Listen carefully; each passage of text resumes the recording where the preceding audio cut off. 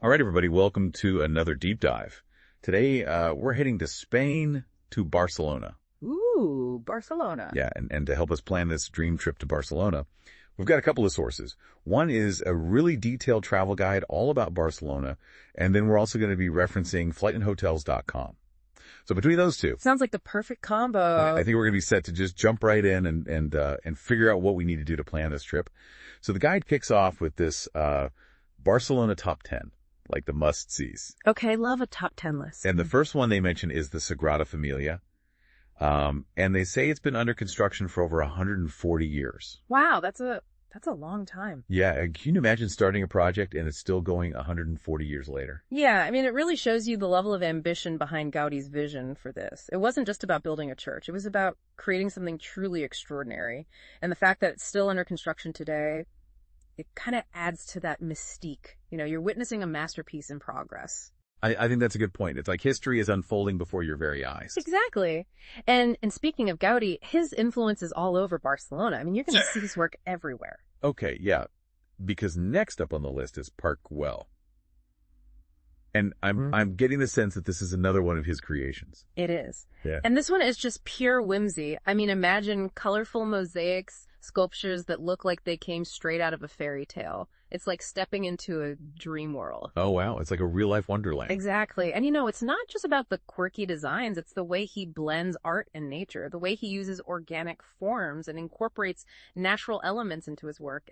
It's a reflection of this deep connection to Catalan identity and to the natural world. That's so cool. It's like you're not just seeing buildings. You're seeing a reflection of the city's soul in a way. You got it. Yeah. And speaking of the city's soul, the guide then recommends getting lost in the Barri Gòtic, or as it's known in English, the Gothic Quarter. Okay, the Gothic Quarter. And I'm guessing we're not talking about like vampires and stuff. No. But it does have a bit of a mysterious vibe. I mean, it's this maze of narrow cobblestone streets, medieval buildings, hidden courtyards. It's like stepping back in time. Okay, I like that. Yeah. And they encourage you to just wander without a plan. Get lost in the atmosphere, discover hidden gems that you wouldn't find on a typical tour. I can see that being kind of scary, but also exciting. You know, So, you never know what you're going to stumble upon. Exactly. It's about embracing the unexpected. And that's one of the things I love about Barcelona. It's a city that constantly surprises you. All right, so we've got the Sagrada Familia Park, Güell, and the Gothic Quarter. What else is on this top 10 must-see list?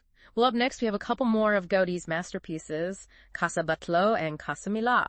Okay, wait, so these are houses, like people actually live in these. They do, but they're not your typical houses. I mean, Casa Batlló, for example, it said that the facade is meant to represent the bones of a dragon slain by St. George, who was a key figure in Catalan folklore. Oh, wow. So even the houses tell stories in Barcelona. They do, and then you can't talk about Barcelona without mentioning La Rambla. Oh, yeah, I've heard of La Rambla. What is it exactly? It's this bustling, tree-lined pedestrian street that cuts right through the heart of the city. And it's lined with shops, restaurants, street performers, flower stalls, you name it. It's a sensory overload in the best possible way. It sounds like a place where you could just spend hours people watching. Absolutely. And just off La Rambla, you'll find La Boqueria Market. Okay, the guide says La Boqueria is a must-do. They describe it as a feast for the senses. With all the fresh produce seafood and local delicacies, it's not just a place to shop, it's an experience. It really is. You can find everything there, from exotic fruits to freshly caught seafood to mountains of cured meats and cheeses. And the atmosphere is electric. It's a place where locals and tourists alike come to experience the heart and soul of Catalan cuisine. Okay, so after we filled our bellies at La Boqueria, what's next on this top 10 list? All right, well, next up we head to Montjuïc, which is a hill overlooking the city. A hill with a view. I like it. Yeah, you've got the Montjuïc Castle up there, which offers panoramic views of the city. Then there's the Olympic Stadium from the 1992 Summer Olympics. Oh, wow. I didn't know Barcelona hosted the Olympics. They did, and the stadium is still there. Right. And then there's something called the Magic Fountain. The Magic Fountain. That sounds intriguing. What is that all about? Well, it's a huge fountain that comes alive at night with a synchronized show of lights, water, and music. Ooh, that sounds pretty magical. It is. Apparently it's quite a spectacle. People say it's a must-see. Right, so add that to the list. Yeah. And I'm guessing no Barcelona top 10 would be complete without mentioning the beaches. You got it. They have some amazing beaches, especially Barceloneta Beach, which is known for its golden sand and vibrant atmosphere. Okay, so we've got beaches, we've got history, we've got food, we've got architecture. It's like they squeezed everything into one city. That's the beauty of Barcelona, and there's still more. the list goes on. Really? Like what else? Yeah. Well, for art lovers, there's the Picasso Museum, which houses a huge collection of Picasso's works. And of course, no Barcelona top 10 would be complete without a nod to Camp Nou home of FC Barcelona. Oh, yeah, the football stadium. Mm-hmm. I'm not really a football fan, but I can see how that would be a big draw for a lot of people. It is. It's one of the largest and most famous football stadiums in the world. So yeah, as you can see, Barcelona really does have something for everyone. This is amazing. Yeah. I'm already feeling overwhelmed with choices. And we haven't even started talking about logistics yet. Right. Well, before we get ahead of ourselves, let's talk about where to stay, because I know you're eager to dive into all these attractions. But eventually, you're going to need a place to rest your head. Yeah, that's true. Okay, so the guide highlights a few areas for accommodations. Yeah. They mention example, the Barri Gòtic and El Raval. All great choices, but very different vibes. Right. That's what the guide says, too. They say, example is known for its modern architecture, wide streets, and stylish boutiques. While the Barri Gòtic is obviously steeped in history with its narrow winding streets and medieval charm.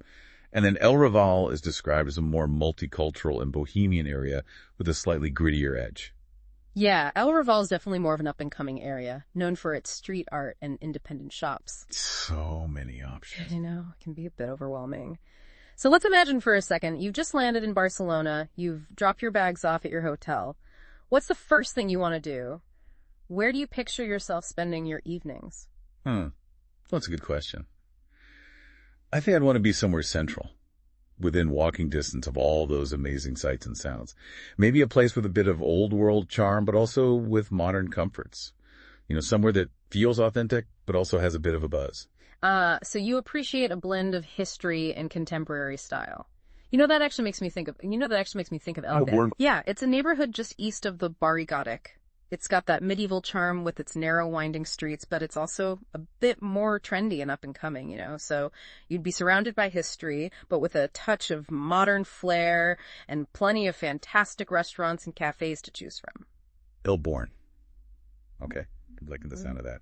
What kind of hotels would I find there? You'll find a good mix of boutique hotels tucked away on those quaint cobblestone streets. Many of them are housed in these beautifully restored historic buildings. Some even have rooftop terraces where you can enjoy a glass of wine with a view. Ooh, rooftop terrace. Oh, sold. I can picture myself there now. Yeah. But, speaking of being overwhelmed with choices, how do we even begin to pick a hotel? Well, that's where FlightNHotels.com really shines. Remember, it's not just about finding a place to sleep. It's about finding the right experience. So on their platform, you could filter hotels by neighborhood, budget, style, all sorts of things. Right, and they have all those user reviews, so you can actually see what other travelers thought about those rooftop views before you book. Exactly. It takes the guesswork out of planning. But before you get lost in hotel reviews, let's talk about getting to Barcelona itself. The guide mentions Barcelona El Prat Airport, but also high-speed train options. Have you ever considered taking a train instead of flying? I have. Especially when traveling within Europe, trains can be so relaxing and you get to see the countryside. What's the train situation like in Spain? Their high-speed rail network is fantastic. It connects major cities like Madrid and Valencia to Barcelona, and is often a much smoother and more scenic journey than flying. You just hop on the train, sit back, and watch the Spanish landscape whiz by. That's tempting. Uh-huh. Okay, so we've got flights and trains covered. What about getting around the city itself? Barcelona is very walkable, especially if you're staying somewhere central like Elborn. But they also have a great public transportation system with metro buses and even trams. You can easily get to all the major sites and neighborhoods. I'm all for walking, but sometimes those public transit options are lifesavers, especially after a long day of exploring. Okay, so once we're settled in, what should we prioritize on our itinerary? Well, the Barcelona top 10 from the guide is a great starting point. But what really makes a trip memorable are those little hidden gems that most tourists miss. Those off-the-beaten-path places that give you a true sense of the local culture. I'm all ears. Yeah. Do you have any secret spots you want to share? Well, remember how we talked about Gaudi's connection to nature? One place that truly embodies that is Casa Vicens. Casa Vicens. Yeah, it was his very first house. It's tucked away in the Gracia neighborhood, and it's often overlooked, but it's a masterpiece of Art Nouveau architecture with stunning details inspired by nature. Casa Vicens. I'm adding that to my list right now. Yeah. It's funny, we're talking about all these amazing sites, but I'm realizing we haven't even touched on food yet. And I'm getting hungry just thinking about all the delicious things we could be eating in Barcelona. Yeah, you're right. And Barcelona is a culinary paradise. We've already mentioned La Boqueria Market, but beyond that, have you ever tried paella? I've heard of it, of course, but haven't had the pleasure of trying it yet. What's so special about it? Paella is more than just a dish, it's an experience. It's this flavorful rice dish, often cooked in a large pan over an open fire, and there are endless variations with seafood, chicken, vegetables. Okay, now my mouth is watering. But when I think of Spain, I think of tapas. Is that a big thing in Barcelona too? Absolutely. Tapas are an integral part of the Barcelona culinary scene. It's all about sharing small plates of delicious food with friends, hopping from one tapas bar to the next, and savoring the lively atmosphere. I read somewhere that in Barcelona, it's not just about the food itself, it's about the whole ritual of tapas. People take their time, they chat, they enjoy each other's company. It's like a social event built around food. That's spot on, and it's that sense of community and shared enjoyment that makes Barcelona so special. It's a city where life is meant to be savored, whether it's over a plate of tapas or a stroll through a historic plaza. Speaking of savoring, the guide mentions that spring and fall are the best times to visit. Why is that? Well, the weather is ideal in those shoulder seasons. Mild and sunny without the intense heat of summer, plus the crowds are thinner so you can enjoy a more relaxed pace. But what about summer? I'm imagining summer in Barcelona to be one big party.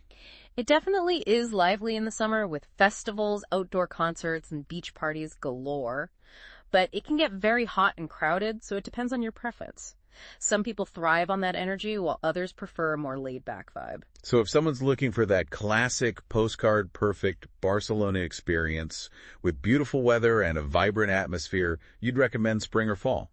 Yes, but honestly, Barcelona is a city you can enjoy year-round. Each season has its own charm and offers a different perspective on the city. This is all so helpful. I'm feeling much more confident about planning my trip now. But before we wrap up, I'm curious, what's the overall vibe, the energy of Barcelona like? Barcelona has this contagious energy that's hard to describe.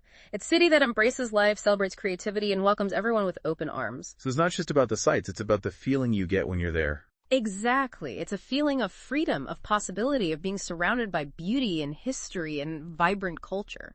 I like that. But is there anything else we should know before we go? Any local customs or tips that would help us blend in and really experience Barcelona like a local? That's a great question. Barcelona and Catalonia as a whole has a strong sense of identity and culture, and the people are very proud of their heritage. So we should be mindful of that and try to show respect. Absolutely. Learning a few basic Catalan phrases like bon dia for good morning and gràcies for thank you goes a long way. It shows that you're making an effort to engage with their culture. See, these are the kinds of insights you don't get from just reading a travel guide. It's like we're getting a glimpse into the soul of the city. Exactly. And that deeper understanding, that connection, makes the whole travel experience so much richer. Well, I don't know about you, but I'm officially ready to book my ticket to Barcelona. I'm not surprised. It's a truly captivating city. But before you do, I have one final thought for you. Okay, what is it? I'm ready for my last dose of Barcelona wisdom. Think about what kind of traveler you are, what kind of experience you're seeking, and let that guide your choices. Do you want to follow in the footsteps of Gaudí, get lost in the maze of the Gothic Quarter, or lose yourself in the energy of La Rambla? That's such great advice. It's easy to get caught up in seeing all the must-sees and forget to really personalize the trip. Exactly. So as you browse FlightNHotels.com and start piecing together your itinerary, let that question guide you. What will your Barcelona story be? Wow. As we wrap up this deep dive on Barcelona, Yeah. it's really hitting me just how much this city has to offer. It's not just a place you visit, it's a whole vibe. Absolutely. And we've talked about so much the Sagrada Familia, Park Güell, those incredible Gaudí creations, the maze of the Gothic Quarter.